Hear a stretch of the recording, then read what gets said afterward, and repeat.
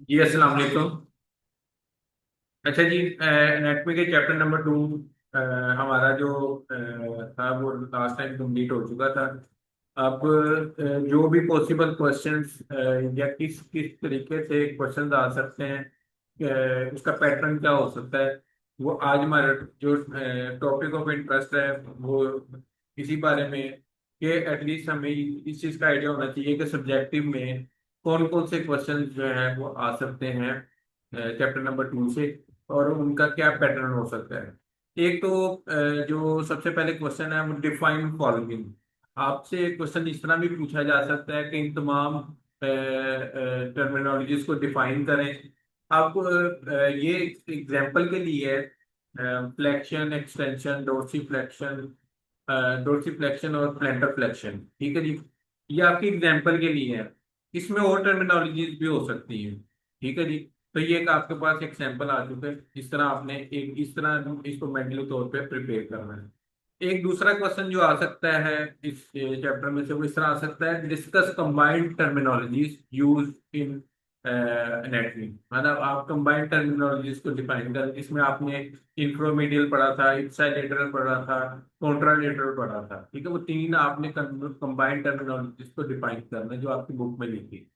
Discuss the terms that are used to represent position of organ और body. अब आपने उन टर्म्स को डिफाइन करना है जो कि इस्तेमाल की जाती हैं किसी भी ऑर्गन की पोजीशन को या किसी भी बॉडी पार्ट की पोजीशन को रिप्रेजेंट करने के लिए। जिस तरह आपने पढ़ा था कि पोजीशन के लिहाज से आपने देखा था superior, inferior, interior, posterior, medial line, ठीक है जी। ये वो टर्मिनोलॉजीज हैं जो ऑर्गन बॉडी पार्ट को रिप्रेजेंट करती है, ठीक है। आपने ये डिस्कस करनी है।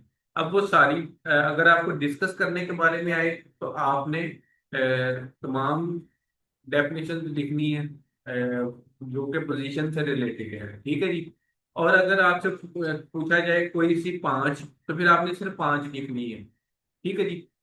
उसके अलावा जो क्वेश्चन आ सकता है, discuss any five bone bone movement terminologies. आपने कोई सी पांच बोन मूवमेंट टर्मिनोलॉजीज को डिफाइन करना है, ठीक है जी। अब जिस तरह बोन मूवमेंट टर्मिनोलॉजी में आप लास्ट टाइम लेक्चर में पढ़ा था, flexion, extension, dorsiflexion, plantar flexion, elevation, depression, ठीक है जी, प्रोनेशन, सुपिनेशन।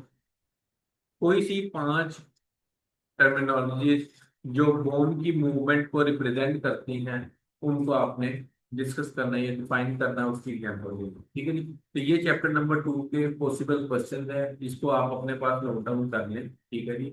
और आप उसको चैप्टर नंबर 2 को इसी सिनेरियो के साथ जो है वो पढ़ें, ताकि आपके मेंटली तौर पे आप रेडी हो कि हमें कौन सा क्वेश्चन आ सकता है, ठीक है जी। आज का लेक्चर जो था वो चैप्टर नंबर 2 के इम्पोर्टेंट क्वेश्चन थे, ठीक है जी। ये सीनियर लेक्चर हमारा कंप्लीट होता है। ओके जी।